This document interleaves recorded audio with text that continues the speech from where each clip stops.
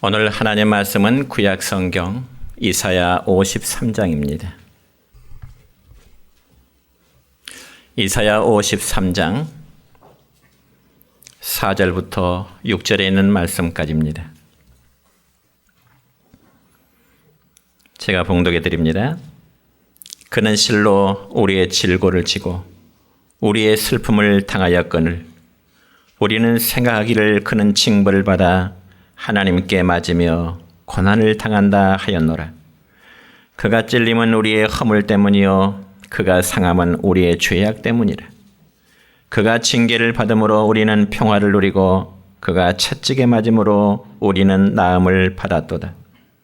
우리는 다 양 같아서 그릇 행하여 각기 제 길로 갔거늘 여호와께서는 우리 모두의 죄악을 그에게 담당시키셨도다.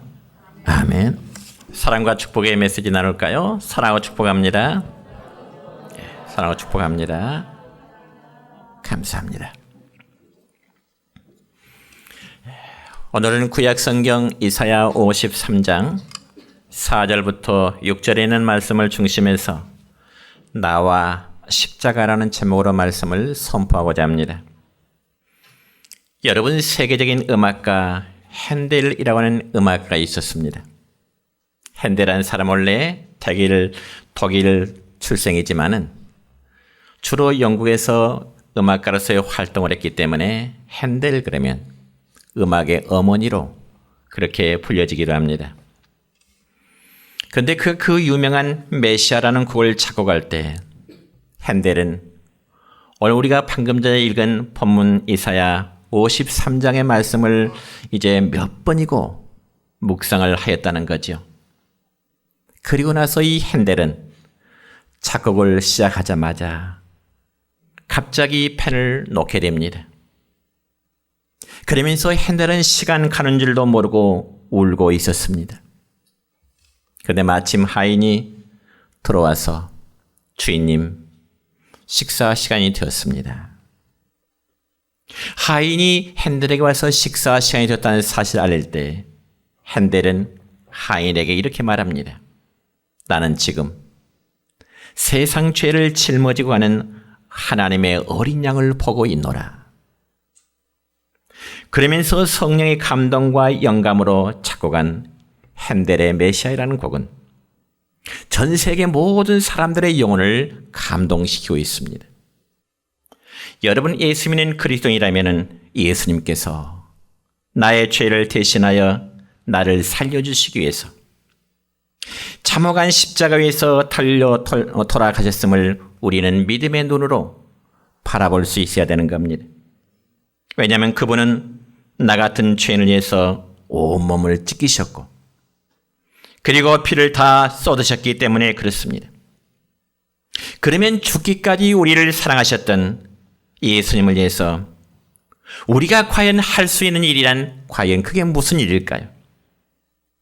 이 점에서 바울 사도는 신약성경 갈라디아서 6장 14절 전반부의 말씀을 보면 이렇게 자신의 믿음을 고백합니다. 시작. 내게는 우리 주 예수 그리스도의 십자가 외에 결코 자랑할 것이 없으니 아멘. 그러면 여러분, 바울에게는 자랑할 만한 조건이 그렇게 없어서 죽음의 형틀이라고 불리는 그 십자가를 자랑하겠느라고 했을까요? 아니요. 바울은 누구보다도 자랑할 만한 조건이 너무너무 많은 사람입니다. 그래서 필리포서 3장 5절부터 6절까지 말씀을 보면 바울은 자신의 모습을 이렇게 증언합니다. 시작. 나는 8일 만에 할례를 받고 이스라엘 족속이요 베냐민 지파요 히브리인 중에 히브리인이요 율법으로는 바리새인이요 열심으로는 교회를 박해하고 율법의 의로는 흠이 없는 자라. 아멘. 그러니까 이 말씀을 보더라도 바울은 자신의 가문이라든지 혹은 종교적인 열정이라든지 그리고 학문적으로도 어느 누구보다도 뒤지지 아니하는 완벽한 자였음을 우리는 성경을 통해서 알 수 있게 됩니다. 그럼에도 불구하고 이 바울의 입에서 나오는 말은 무엇인가요? 우리 주 예수 그리스도의 십자가 외에는 그 십자가를 자랑한 것 외에는 아무것도 없노라고 고백합니다. 그렇다면 과연 오늘날 어떤 사람이 바울이 그토록 자랑거리를 여겼던 그 십자가를 자랑할 수 있을까요? 첫째는 주님이 지신 십자가가 나를 위한 대속의 십자가임을 믿는 사람이 십자가를 자랑할 수 있는 것입니다. 여러분, 영국의 신학자인 러더푸드라는 사람은 이런 말을 했습니다. 새에게 날개란 무거운 것이지만 그것 때문에 멀리 날아갈 수 있고, 바다를 항해하는 배는 그 돛이 무겁지만 그것 때문에 앞으로 나아간다. 그와 마찬가지로 신자는 십자가가 짐이 되지만 그것으로 하여금 천국을 향하여 앞으로 전진하게 된다고 하는 의미 있는 말을 했습니다. 그렇습니다, 여러분. 저와 여러분, 우리의 모든 성도들에게 있어서 십자가는 정말 가장 친숙하고 십자가는 우리의 귀에 너무나 익숙한 하나의 단어가 되고 있습니다. 그럼에도 불구하고 십자가 때로는 가장 부담스러운 것 중에 하나가 될 수도 있습니다. 왜냐하면 여러분, 십자가는 희생이요, 그리고 십자가는 고난이요, 때로는 죽음까지도 의미하는 것이 바로 십자가이기 때문에 그렇습니다. 그럼에도 불구하고 오늘 읽었던 본문 5절과 6절의 말씀 보면 이렇습니다. 시작. 그가 찔림은 우리의 허물 때문이요, 그가 상함은 우리의 죄악 때문이라. 그가 징계를 받음으로 우리는 평화를 누리고 그가 채찍에 맞음으로 우리는 나음을 받았도다. 우리는 다 양 같아서 그릇 행하여 각기 제 길로 갔거늘 여호와께서는 우리 무리의 죄악을 그에게 담당시키셨도다. 아멘. 여러분, 우리는 이 말씀에서 십자가의 의미를 다시 한번 깨닫게 됩니다. 그리고 이 말씀은 예수님께서 죄인들인 저와 여러분을 위해서 무슨 일을 하셨는지에 대한 말씀이 되기도 하는 것입니다. 그럼 여러분, 이사야 선지자는 예수님이 죄인된 우리를 위하여 무슨 일을 하셨는지에 대해서 네 가지로 말씀하고 있는데, 첫째는 예수님이 우리를 위해서 찔림을 받으셨다 말씀하고, 두 번째는 예수님이 우리를 향하여 상하심을 받으셨고, 세 번째는 예수님이 징계를 받으셨고, 네 번째는 예수님이 우리를 위하여 채찍에 맞으셨다고 말씀하고 있습니다. 뿐만 아니라 오늘 본문의 말씀 또 4절의 말씀 보면 이렇네요. 시작. 그는 실로 우리의 질고를 지고 우리의 슬픔을 당하여 끈을, 우리는 생각하기를 그는 징벌받아 하나님께 맞으며 고난을 당한다 하였노라. 아멘. 그러니까 여러분, 이 말씀 보면 예수님이 십자가에 질고를 지시게 되는 것은 자신의 범죄 때문이 아니요, 우리를 대신한 하나의 대리 개념의 십자가의 죽으심이 되는 것입니다. 그럼 우리 모두는 사순절 기간 동안 예수님께서 십자가에 달리시기 전에 고난 당하셨던 그 의미를 우리는 순간순간 묵상해야 될 줄로 믿습니다. 그럼에도 우리가 십자가의 의미를 바르게 깨닫지 못한다면 아마 마치 예수님의 십자가는 나와는 아무런 상관이 없는 것처럼 그렇게 생각하기 쉬울 것입니다. 그리고 예수님이 십자가에 달리심은 그만한 어떤 자신의 죄가 있었다든지, 아니면 예수님이 어떤 억울한 누명을 쓰시고 죽은 죽음이라고 여기서 마치 나와는 전혀 상관이 없는 것처럼 그렇게 생각한다면 우리의 믿음은 아주 잘못된 믿음입니다. 여러분, 주님이 처형된 십자가는 무엇보다도 내 자신이, 여러분 자신이 받아야 될 형벌을 예수님께서는 대신 받아주셨음을 깨닫기를 축원합니다. 그러므로 세상의 모든 사람들은 로마서 3장 10절에 있는 말씀처럼 의인은 없나니 하나도 없습니다. 그래서 모든 사람이 하나님 앞에서는 다 죄인인 것입니다. 여러분, 우리가 아무리 완벽한 삶을 이루어서 가장 모범적인 사람이라고 하는 칭찬을 주변 사람으로부터 든다 할지라도 우리는 윤리적으로나 그리고 도덕적으로나 그리고 양심적으로 하나님 앞에 죄인일 수밖에 없습니다. 그리고 우리는 죄의 결과로 인해서 하나님과 원수된 자들이었고 마땅히 하나님의 진노와 심판의 대상이 될 수밖에 없었던 모습들입니다. 그럼에도 예수님이 십자가에서 우리를 대신하여 징계를 받으심으로 우리의 모든 죄값을 다 주님이 담당하셨노라고 말씀하십니다. 우리의 죄값을 주님이 담당하셨다는 말씀은 친히 짊어지셨다는 겁니다.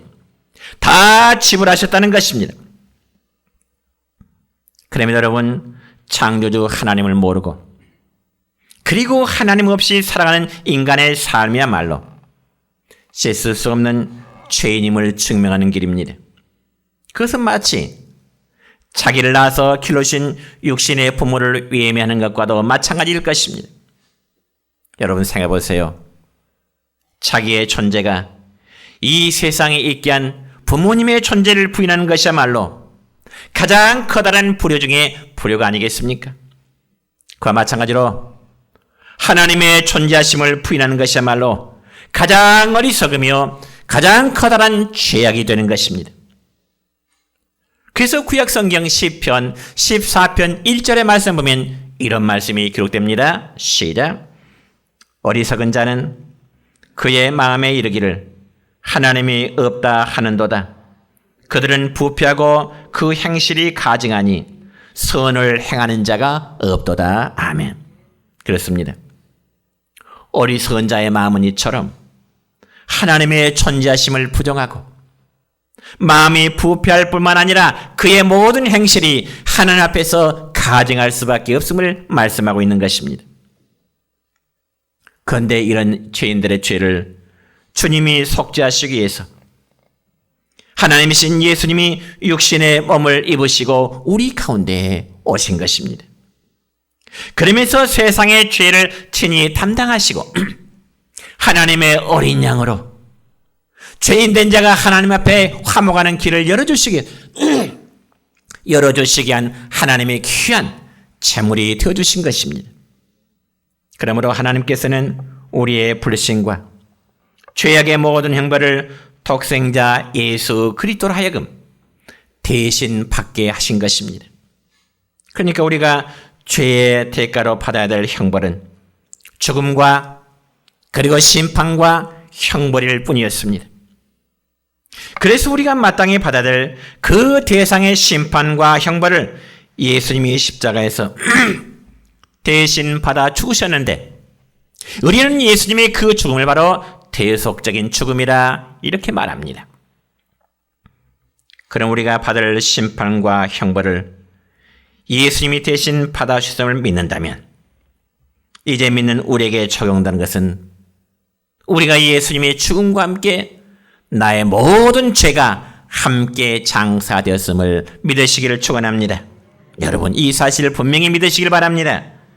그러면 여러분 이 사실을 믿지 못한다면 예수님이 지신 십자가와 나와는 아무런 상관이 없게 될 것입니다.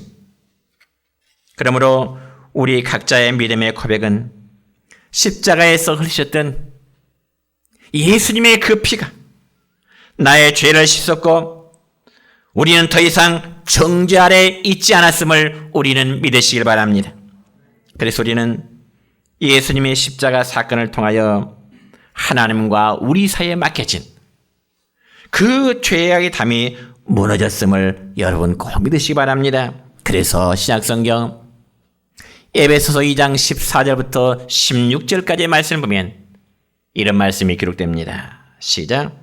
그는 우리의 화평의 신지라 둘로 하나를 만드사 원수된 것 곧 중간에 막힌 담을 자기 육체로 허시고 법조문으로 된 계명의 율법을 폐하셨으니 이는 이 둘로 자기 안에서 한 새 사람을 지어 화평하게 하시고 또 십자가로 이 둘을 한 몸으로 하나님과 화목하게 하려 하심이라. 아멘. 그렇습니다. 우리 주님은 십자가의 죽으심을 통하여 하나님과 우리 사이에 막혀진 이 죄악의 담을 허셨습니다. 그리고 저와 여러분의 모든 죄값을 주님 자신의 십자가의 피를 통해서 다 지불하시게 된 것입니다. 그래서 여러분 예수님이 십자가에 달리셨을 때 7마디의 말씀을 하셨는데 그 소리가 소통상 예수님의 가상칠언이라 그렇게 말하죠. 7마디의 말씀 가운데 맨 마지막으로 하신 말씀인데 그 말씀이 뭐냐? 다 이루었다라는 말씀입니다. 다 이루었다. 그러니까 이게 다 이루었다는 말씀의 원래 단어의 뜻은 값을 지불함으로 끝났다 그런 의미입니다. 범죄한 인간의 모든 죄값을 다 지불함으로 끝났다. 이처럼 예수님께서 자신이 친히 희생 제물의 피로 우리의 죄값을 지불하신 것으로 우리의 죄는 용서받았음을 믿으시기 바랍니다. 그리고 하나님께서는 예수님으로부터 죄값을 다 받으시고 하나님의 책에서 우리의 죄를 또한 다 지워버리셨음을 믿으시기 바랍니다. 그러니까 다시 기억하지 않겠다 그런 말씀이죠. 어떻게요? 이 점에서 성경은 분명히 우리에게 증언합니다. 어떻게요? 시편 103편 10절부터 12절까지 보면 이런 말씀이 있네요. 시작. 우리의 죄를 따라 우리를 처벌하지는 아니하시며 우리의 죄악을 따라 우리에게 그대로 갚지는 아니하셨으니 동이 서에서 먼 것 같이 우리의 죄가를 우리에게서 멀리 옮기셨으며 아멘. 그렇습니다.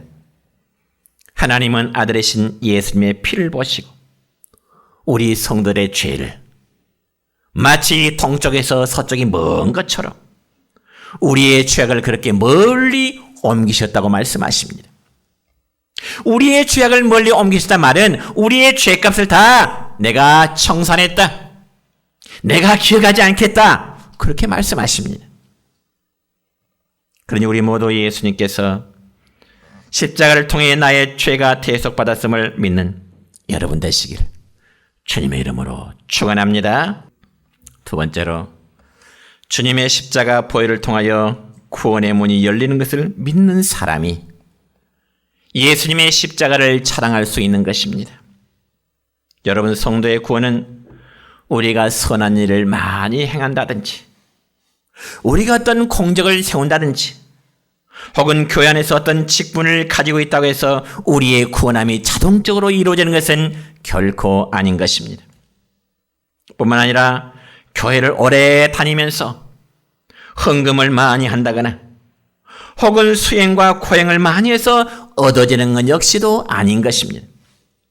그렇다면 우리의 구원이 어떻게 이루어질까요? 당연히 십자가의 보혈을 지나야 됩니다. 예수님의 피 흘림을 믿음으로 고백해야 우리의 구원이 이루어진다는 말씀입니다. 다시 말씀드리자면 주님의 속죄하는 십자가 보배로운 피를 믿고 회개하여 그리고 죄의 상을 받아 죄의 문제를 해결하지 않고는 아무도 구원함에 이를 자가 없다는 사실입니다. 다시 말씀드려 예수님의 피로 죄의 문제를 해결받아서 의롭다고 인정함을 받은 자만이 거룩하신 하나님 앞에 설 수 있다는 사실을 믿으시기를 축원합니다. 여러분, 세상에 어떤 종교 창시자나 성자도 인간들의 죄를 해결해 준다고 말하는 자는 아무도 없습니다. 그렇지만 우리 주님은 말씀하십니다. 뭐라고 말씀하신가요? 내가 길이요 진리요 생명이라고 말씀하시고 나로 말미암지 않고는 아버지께로 올 자가 아무도 없다고 주님은 구원의 길에서 명백히 말씀하십니다. 그래서 베드로 사도는 사도행전 4장 12절의 말씀 보면 이렇게 증언합니다. 시작. 다른 이로서는 구원을 받을 수 없나니 천하 사람 중에 구원을 받을 만한 다른 이름을 우리에게 주신 일이 없음이라. 아멘. 여러분, 주님이 주신 십자가는 영혼을 구원한 능력의 십자가입니다. 그래서 사도 바울은 고린도전서 1장 8절에서 이렇게 증언합니다. 시작. 십자가의 도가 멸망하는 자들에게는 미련한 것이요 구원을 받는 우리에게는 하나님의 능력이라. 믿습니까? 십자가 도가요 멸망당할 자들에게는 정말 미련한 것처럼 보이겠지만은 하나님의 구원을 받는 우리 모든 성도에게는 십자가는 하나님의 능력이 되는 것입니다. 그래서 고린도전서 1장 22절로 24절까지도 말씀은 이런 말씀이 있습니다. 시작. 유대인은 표적을 구하고 헬라인은 지혜를 찾으나 우리는 십자가에 못 박힌 그리스도를 전하니 유대인에게는 거리끼는 것이요 이방인에게는 미련한 것이로되 오직 부르실 받은 자들에게는 유대인이나 헬라인이나 그리스도는 하나님의 능력이요 하나님의 지혜니라. 아멘. 그렇습니다. 그러므로 사도 바울은 십자가에 대해서는 절대로 다른 교훈과 타협하지 않았습니다. 왜냐하면 십자가는 조금도 양보할 수 없는 생명이 되기 때문에 그렇습니다. 그리고 십자가는 우리 주 예수 그리스도를 믿는 모든 성도들에게는 구원의 능력인 것입니다. 그래서 이 말씀은 과거에만 그런 것이 아니요 오늘 우리에게도 십자가는 구원의 능력입니다. 그렇기 때문에 바울 사도는 갈라디아 교회 편지를 보내면서 갈라디아서 6장 14절의 말씀 보면 이렇게 증언합니다. 시작. 내게는 우리 주 예수 그리스도의 십자가 외에 결코 자랑할 것이 없느니라. 아멘. 예수 그리스도의 십자가 외에는 내가 자랑할 것이 아무것도 없다. 그래서 그 구원의 능력이 바로 십자가 외에 서 있습니다.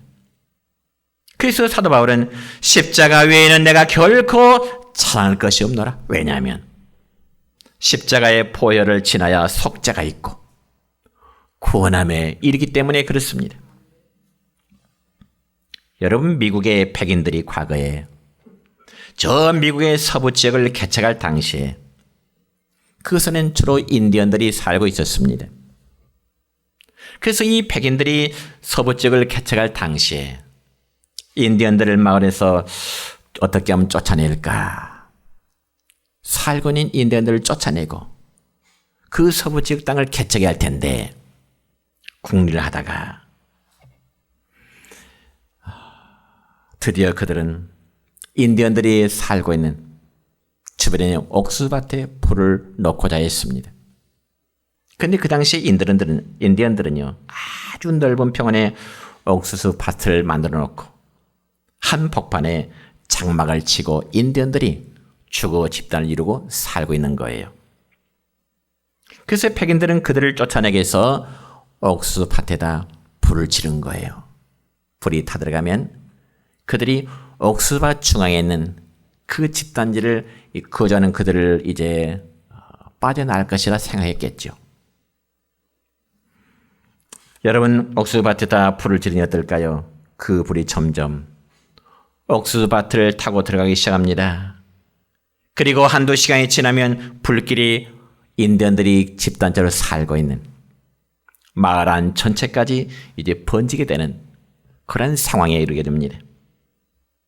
그러니 인디언들은 타오르는 그 옥수수밭의 불길을 보고 발을 동동 구를 수밖에 없지요. 그런데 그때 마침 한 노인이 모든 불황민들을 향하여 크게 소리를 지릅니다. 마을에서 약 100보쯤 떨어진 곳에 운동장 크기만의 크게 불을 질러라. 마을에서 약 한 100보쯤 나가서 그곳에 불을 질러라. 노인이 불황민들이 그렇게 말합니다. 그자 인디언들은 이해가 되지 않는 거예요. 지금 저 멀리서 불이 타오르는 지경인데 마을에서 100보쯤 더 나가서 또 자기들이 친히 불을 지러가니 이해가 되지 않는 거죠. 그렇지만 경험이 많은 노인이 하는 말이기 때문에 불황민들은 어때요? 순종해서 마을에서 한 100보쯤 떨어간 곳에 불을 지르기 시작했습니다. 그리고 불탄 자리가 약 한 운동장 크기만하게 불이 다 타죠. 그때 노인은 다시금 불황민들 향해서 이렇게 말합니다. 이제는 모두 다 그 불탄 자리 위로 들어가라. 왜 그랬을까요? 노인은 한 번 불에 탄 자리는 두 번 다시 불에 타지 않는다는 그 사실을 알고 있었기 때문에 그렇습니다. 그래서 마을 사람 모두 불탄 자리에 위에 올라가서 죽지 않았다고는 실적인 서부 지역 개척 초기의 일화가 있습니다. 그와 마찬가지로 여러분, 예수님은 십자가에서 단번에 죽으심으로 우리의 모든 죄를 담당하셨고 속죄의 제물이 되셨습니다. 그러니까 십자가의 사건은 바로 내 안의 죄가 이미 불타 없어진 것과 같습니다. 그래서 이 주님 안에 거하면 저주의 지옥불에서도 어떤 정죄도 어떤 형벌도 이겨낼 수 있음을 믿으시기 바랍니다. 그래서 우리 모두 주님의 십자가의 보혈을 믿음으로 구원받는 백성, 구원받는 성도님 되시길 바랍니다. 오늘 말씀 다시금 5절의 말씀 보면 이렇습니다. 시작. 그가 찔림은 우리의 허물 때문이요 그가 상함은 우리의 죄악 때문이라. 그가 징계를 받음으로 우리는 평화를 누리고 그가 채찍에 맞음으로 우리는 나음을 받았도다. 여러분, 우리는 예수님께서 채찍에 맞으심으로 예수님의 살이 찢어짐으로 우리에게는 나음을 얻었습니다. 사람은 누구나 육체적, 정신적 그리고 영적인 아픔을 가지고 있습니다. 그렇다면 이 아픔을 주님께 가지고 나서 십자가의 능력으로 치유받으시길 바랍니다. 그리고 주님 앞에 간 날까지 스스로 십자가만을 바라보면서 보혈의 능력을 믿고 맡길 때 욥기서에 있는 말씀처럼 하나님은 우리를 찢으셨다가 고쳐주시고 싸매시고 어루만져 주시고 위로해 주심을 믿습니다. 마지막으로 다시금 5절 하반절을 보니까 그가 징계를 받음으로 우리는 평화를 누리고 라는 말씀이 있습니다. 예수님이 우리의 죄 때문에 십자가의 징계를 받으심으로 우리에게는 어때요? 평화를 누렸다. 물론 이 평화는 하나님과의 평화로 근본적인 평화, 그리고 주님이 지신 십자가를 통해서 하나님과 인간과 인간과의 관계가 화목의 관계로 회복되었다는 말씀입니다. 여러분, 평화는 하나님이 우리에게 주신 최고의 선물인 줄 믿습니다. 그래서 십자가의 능력을 믿는 성도에게는 불안과 염려와 근심 대신에 강같은 평안이 여러분에게 임하기를 축원합니다. 말씀했습니다. 그리스도인은 주님이신 십자가를 통해서 세상을 살면서 겪게 되는 모든 불행이라든지 고통과 아픔을 이겨내는 믿음의 승리자, 믿음의 성공자 되시기를 다시 한번 축원합니다.